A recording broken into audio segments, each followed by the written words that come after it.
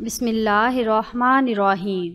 آج کی اس ویڈیو میں ہم نبی کریم صلی اللہ علیہ وآلہ وسلم کے ان معجزات کا تفصیلی تذکرہ کریں گے جو نہ صرف حضرت حلیمہ سعدیہ رضی اللہ تعالی عنہا نے اپنی آنکھوں سے ملاحظہ فرمائے بلکہ باقی لوگوں نے بھی آپ صلی اللہ علیہ وسلم کے ان معجزات اور برکات کا نظارہ کیا جو اللہ تعالیٰ نے حضرت حلیمہ سعدیہ رضی اللہ تعالی عنہا کے گھر آنے پر نازل فرمائی۔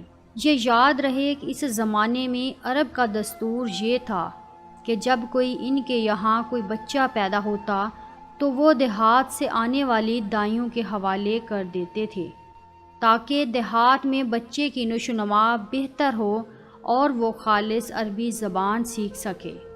دائیوں کا قافلہ مکہ میں داخل ہوا۔ انہوں نے ان کے گھروں کی تلاش شروع کی جن میں بچے پیدا ہوئے تھے۔ اس طرح بہت سی دائیاں جناب حضرت عبد المطلب کے گھر بھی آئیں۔ نبی کریم صلی اللہ علیہ وسلم کو دیکھا، لیکن جب انہیں معلوم ہوا کہ یہ بچہ تو یتیم پیدا ہوا ہے تو اس خیال سے چھوڑ کر آگے بڑھ گئیں کہ یتیم بچے کے گھرانے سے انہیں کیا ملے گا۔ اس طرح دائیاں آتی رہیں جاتی رہیں، کسی نے آپ کو دودھ پلانا منظور نہ کیا، اور کرتی بھی کیسے؟ یہ سعادت تو حضرت حلیمہ سعدیہ رضی اللہ تعالی عنہا کے حصے میں آنا تھی۔ حضرت حلیمہ سعدیہ رضی اللہ تعالی عنہا مکہ پہنچی تو انہیں معلوم ہوا کہ سب عورتوں کو تو کوئی نہ کوئی بچہ مل گیا ہے اور اب صرف وہ بغیر بچے کے رہ گئی ہیں اور اب کوئی بچہ باقی نہیں بچا۔ ہاں، ایک یتیم بچہ ضرور باقی ہے جسے دوسری عورتیں چھوڑ گئی ہیں۔ حضرت حلیمہ سعدیہ رضی اللہ تعالی عنہا نے اپنے شوہر عبداللہ ابن حارث سے کہا، خدا کی قسم مجھے یہ بات بہت ناگوار گزری ہے کہ میں بچے کے بغیر جاؤں، دوسری سب عورتیں بچے لے کر جائیں، یہ مجھے طانے دیں گی، اس لیے کیوں نہ ہم اسی یتیم بچے کو لے لیں۔ حضرت عبداللہ بن حارث بولے، کوئی حرج نہیں، ہو سکتا ہے اللہ اسی بچے کے ذریعے ہمیں خیر و برکت عطا فرما دے۔ چنانچہ حضرت حلیمہ سعدیہ رضی اللہ تعالی عنہا حضرت عبد المطلب کے گھر گئیں۔ جناب عبد المطلب اور حضرت آمنہ رضی اللہ تعالی عنہا نے انہیں خوش آمدید کہا۔ پھر حضرت آمنہ رضی اللہ تعالی عنہا انہیں بچے کے پاس لے آئیں۔ آپ صلی اللہ تعالی علیہ وسلم اس وقت ایک اونی چادر میں لپٹے ہوئے تھے۔ وہ چادر سفید رنگ کی تھی۔ آپ کے نیچے ایک سبز رنگ کا ریشمی کپڑا تھا۔ آپ سیدھے لیٹے ہوئے تھے۔ آپ صلی اللہ تعالی علیہ وسلم کے سانس کی آواز کے ساتھ مشک کی سی خوشبو نکل کر پھیل رہی تھی۔ حضرت حلیمہ سعدیہ رضی اللہ تعالی عنہا آپ صلی اللہ علیہ وسلم کے حسن و جمال کو دیکھ کر حیرت زدہ رہ گئی۔ آپ اس وقت سوئے ہوئے تھے۔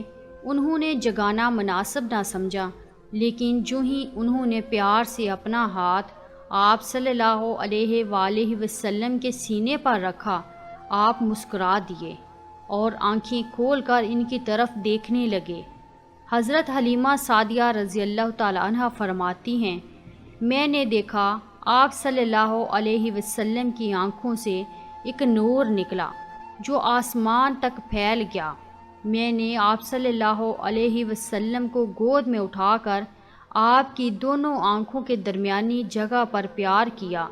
پھر میں نے آپ کی والدہ اور حضرت عبد المطلب سے اجازت چاہی، بچے کو لیے قافلے میں آئی۔ میں نے آپ صلی اللہ علیہ وسلم کو دودھ پلانے کے لیے گود میں لٹایا تو آپ دائیں طرف سے دودھ پینے لگے۔ پہلے میں نے بائیں طرف سے دودھ پلانا چاہا، لیکن آپ صلی اللہ علیہ وآلہ وسلم نے اس طرف سے دودھ نہ پیا۔ دائیں طرف سے آپ فوراً دودھ پینے لگے۔ بعد میں بھی آپ کی یہی عادت رہی۔ آپ صلی اللہ علیہ وآلہ وسلم صرف دائیں طرف سے دودھ پیتے رہے۔ بائیں طرف سے میرا بچہ دودھ پیتا رہا۔ پھر قافلہ روانہ ہوا۔ حضرت حلیمہ سعدیہ رضی اللہ تعالی عنہا فرماتی ہیں، میں اپنے خچر پر سوار ہوئی، آپ کو ساتھ لے لیا۔ اب جو ہمارا خچر چلا تو اس قدر تیز چلا کہ اس نے پورے قافلے کی سواریوں کو پیچھے چھوڑ دیا۔ پہلے وہ مریل ہونے کی بنا پر سب سے پیچھے رہتا تھا۔ میری خواتین ساتھی حیرانگی سے مخاطب ہوئیں، اے حلیمہ، یہ آج کیا ہو رہا ہے؟ تمہارا خچر اس قدر تیز کیسے چل رہا ہے؟ کیا یہ وہی خچر ہے جس پر تم آئی تھی اور جس کے لیے ایک ایک قدم اٹھانا مشکل تھا؟ جواب میں نے ان سے کہا، بے شک یہ وہی خچر ہے، اللہ کی قسم اس کا معاملہ عجیب ہے۔ پھر یہ لوگ بنو سعد کی بستی پہنچ گئے۔ ان دنوں یہ علاقہ خشک اور قحط زدہ تھا۔ حضرت حلیمہ سعدیہ رضی اللہ تعالی عنہ فرماتی ہیں، اس شام جب ہماری بکریاں چر کر واپس آئیں تو ان کے تھن دودھ سے بھرے تھے، جبکہ اس سے پہلے ایسا نہیں تھا۔ ان میں سے دودھ بہت کم اور بہت مشکل سے نکلتا تھا۔ ہم نے اس دن اپنی بکریوں کا دودھ دویا تو ہمارے سارے برتن بھر گئے اور ہم نے جان لیا کہ یہ ساری برکت اس بچے کی وجہ سے ہے۔ آس پاس کی عورتوں میں بھی یہ بات پھیل گئی، ان کی بکریاں بدستور بہت کم دودھ دے رہی تھیں۔ ہمارے گھر میں ہر طرف ہر چیز میں برکت نظر آنے لگی۔ دوسرے لوگ تعجب کرتے رہے۔ اس طرح 2 ماہ گزر گئے۔ 2 ماہ میں ہی آپ صلی اللہ علیہ وسلم چلنے پھرنے لگے۔ آپ 8 ماہ کے ہوئے تو آپ باتیں کرنے لگے اور آپ کی باتیں سمجھ میں آتی تھی۔ 9 ماہ کی عمر میں تو آپ صلی اللہ علیہ وسلم بہت صاف گفتگو کرنے لگے۔ اس دوران آپ صلی اللہ علیہ وسلم کی بہت سی برکات دیکھنے میں آئی۔ حضرت حلیمہ سعدیہ رضی اللہ تعالیٰ عنہ فرماتی ہیں، جب میں آپ کو اپنے گھر لے آئی تو بنو سعد کا کوئی گھرانہ ایسا نہ تھا جس سے مشک کی خوشبو نہ آتی ہو۔ اس طرح سب لوگ آپ سے محبت کرنے لگے۔ جب ہم نے آپ کا دودھ چھڑایا تو آپ کی زبان مبارک سے یہ الفاظ نکلے، اللہ اکبر، اللہ تعالیٰ بہت بڑا ہے، اللہ تعالیٰ کے لیے بے حد تعریف ہے اور اس کے لیے صبح و شام پاکی ہے۔ پھر جب آپ صلی اللہ علیہ وسلم 2 سال کے ہو گئے تو ہم آپ کو لے کر آپ کی والدہ کے پاس آئے۔ اس عمر کو پہنچنے کے بعد بچوں کو ماں باپ کے حوالے کر دیا جاتا تھا۔ ادھر ہم آپ کی برکات دیکھ چکے تھے اور ہماری آرزو تھی کہ ابھی آپ کچھ اور مدت ہمارے پاس رہیں۔ چنانچہ ہم نے اس بارے میں آپ کی والدہ سے بات کی۔ ان سے یوں کہا، آپ ہمیں اجازت دیجیے کہ ہم بچے کو 1 سال اور اپنے پاس رکھیں۔ میں ڈرتی ہوں کہیں اس پر مکہ کی بیماریوں اور آب و ہوا کا اثر نہ ہو جائے۔ جب ہم نے ان سے بار بار کہا تو حضرت آمنہ رضی اللہ تعالی عنہا مان گئیں اور پھر ہم آپ صلی اللہ علیہ وسلم کو اپنے گھر لے آئے۔ جب آپ کچھ بڑے ہو گئے تو باہر نکل کر بچوں کو دیکھتے تھے، وہ آپ کو کھیلتے نظر آتے، آپ ان کے قریب نہ جاتے۔ ایک روز آپ صلی اللہ علیہ وسلم نے مجھ سے پوچھا، امی جان کیا بات ہے؟ دن میں میرے بھائی بہن نظر نہیں آتے؟ آپ اپنے دودھ شریک بھائی عبداللہ اور بہنوں انیسہ اور شیمہ کے بارے میں پوچھ رہے تھے۔ حضرت حلیمہ رضی اللہ تعالی عنہ فرماتی ہیں، میں نے آپ کو بتایا وہ صبح سویرے بکریاں چرانے جاتے ہیں اور شام کو گھر واپس لوٹتے ہیں۔ یہ جان کر آپ صلی اللہ علیہ وسلم فرمانے لگے، تب مجھے بھی ان کے ساتھ بھیج دیا کریں۔ اس کے بعد آپ صلی اللہ علیہ وسلم اپنے بھائی بہنوں کے ساتھ جانے لگے۔ آپ خوش خوش جاتے اور واپس آتے۔ ایسے میں میرے بچے ایک دن خوف زدہ انداز میں دوڑتے ہوئے آئے اور گھبرا کر بولے، امی جان جلدی چلیے ورنہ بھائی محمد صلی اللہ علیہ وسلم ختم ہو جائیں گے۔ یہ سن کر ہمارے تو ہوش اڑ گئے۔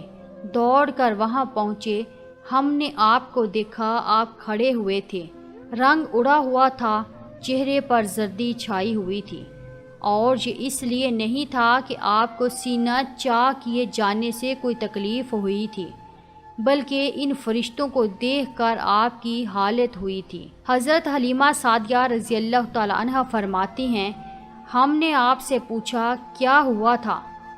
آپ نے بتایا، میرے پاس 2 آدمی آئے تھے، وہ سفید کپڑے پہنے ہوئے تھے، وہ دونوں حضرت جبرائیل علیہ السلام اور حضرت میکائیل علیہ السلام تھے۔ ان دونوں میں سے ایک نے کہا یہ وہی ہیں، دوسرے نے جواب دیا ہاں یہ وہی ہیں۔ پھر وہ دونوں میرے قریب آئے، مجھے پکڑا اور لٹا دیا۔ اس کے بعد انہوں نے میرا پیٹ چاک کیا اور اس میں سے کوئی چیز تلاش کرنے لگے۔ آخر انہیں وہ چیز مل گئی اور انہوں نے اسے باہر نکال کر پھینک دیا۔ میں نہیں جانتا وہ کیا چیز تھی۔ اس چیز کے بارے میں دوسری روایات میں یہ وضاحت ملتی ہے کہ وہ سیاہ رنگ کا ایک دانہ سا تھا۔ یہ انسان کے جسم میں شیطان کا گھر ہوتا ہے اور شیطان انسان کے جسم میں یہیں سے اثر ڈالتا ہے۔ حضرت حلیمہ سعدیہ رضی اللہ تعالی عنہ فرماتی ہیں، پھر ہم آپ کو گھر لے آئے۔ اس وقت میرے شوہر عبداللہ بن حارث نے مجھ سے کہا، حلیمہ مجھے ڈر ہے کہیں اس بچے کو کوئی نقصان نہ پہنچ جائے، اس لیے اسے اس کے گھر والوں کے پاس پہنچا دو۔ میں نے کہا ٹھیک ہے۔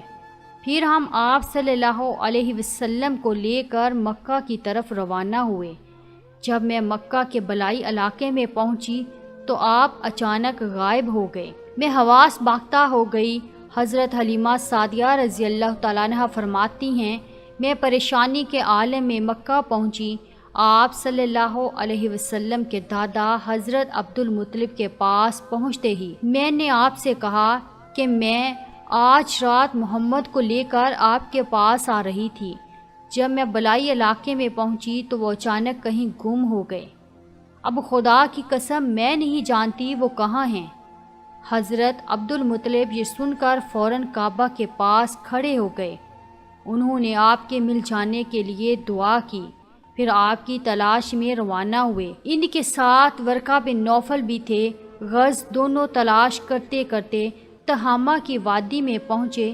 ایک درخت کے نیچے انہیں ایک لڑکا کھڑا نظر آیا۔ اس درخت کی شاخیں بہت گھنی تھیں۔ حضرت عبد المطلب نے پوچھا، لڑکے تم کون ہو؟ حضور صلی اللہ علیہ وسلم چونکہ اس وقت تک قد نکال چکے تھے، اس لیے حضرت عبد المطلب پہچان نہ سکے۔ آپ کا قد تیزی سے بڑھ رہا تھا۔ جواب میں آپ صلی اللہ علیہ وسلم نے فرمایا، میں محمد بن عبداللہ بن عبد المطلب ہوں۔ یہ سن کر حضرت عبد المطلب بولے، تم پر میری جان قربان، میں ہی تمہارا دادا عبد المطلب ہوں۔ پھر انہوں نے آپ کو اٹھا کر سینے سے لگایا اور رونے لگے۔ آپ کو گھوڑے پر آپ نے آگے بٹھایا اور مکہ کی طرف چلے۔ گھر آ کر انہوں نے بکریاں اور گائے ذبح کی اور مکے والوں کی دعوت کی۔ آپ صلی اللہ علیہ وسلم کے مل جانے کے بعد حضرت حلیمہ سعدیہ رضی اللہ تعالیٰ عنہ حضرت آمنہ کے پاس آئیں۔ انہوں نے پوچھا، حلیمہ اب آپ بچے کو کیوں لے آئیں؟ آپ کی تو خواہش تھی کہ یہ ابھی آپ کے پاس اور رہیں۔ انہوں نے جواب دیا، یہ اب بڑے ہو گئے ہیں اور اللہ کی قسم میں اپنی ذمہ داری پوری کر چکی ہوں۔ میں خوف محسوس کرتی رہتی ہوں کہیں انہیں کوئی حادثہ نہ پیش آ جائے، لہٰذا انہیں آپ کے سپرد کرتی ہوں۔ حضرت آمنہ رضی اللہ تعالی عنہا کو یہ جواب سن کر حیرت ہوئی، بولی، مجھے سچ سچ بتاؤ ماجرا کیا ہے؟ تب انہوں نے سارا حال کہہ سنایا۔ حضرت حلیمہ سعدیہ رضی اللہ تعالیٰ عنہ نے دراصل کئی عجیب و غریب واقعات دیکھے تھے۔ پھر سینہ مبارک چاک کیے جانے والا واقعہ پیش آیا تو وہ آپ کو فوری طور پر واپس کرنے پر مجبور ہوئیں۔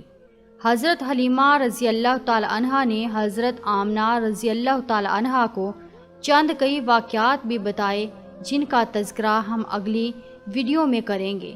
انشاءاللہ ناظرین، پیارے نبی صلی اللہ علیہ وسلم کو اللہ تعالیٰ نے ایسی برکات عطا کر رکھی تھی کہ جہاں جہاں آپ صلی اللہ علیہ وسلم کے قدم جاتے تھے وہاں وہاں برکات کا ایسا نزول ہوتا تھا کہ دیکھنے والا بھی پریشان ہو جاتا تھا کہ آخر ماجرا کیا ہے۔ جیسا کہ حضرت حلیمہ سعدیہ رضی اللہ تعالی عنہ کی خچر اور ان کی اونٹنی کا معاملہ ہی لے لیجئے کہ آتے ہوئے وہ سواریاں جو سب سے پہلے تھیں، جاتے ہوئے وہ سواریاں سب سے آگے تھیں، جو ایک ناقابل یقین بات تھی۔ ناظرین، اس کو تو معجزہ کہتے ہیں کہ جو چیز عام فہم سے بالا تر ہو، جیسے ہی نبی پاک صلی اللہ علیہ وسلم ان سواریوں پر سوار ہوئے تو اللہ تعالیٰ کی برکت سے سواریوں میں وہ جان پیدا ہو گئی کہ ان سواریوں کو باقی سواریاں پہنچ نہ پائی۔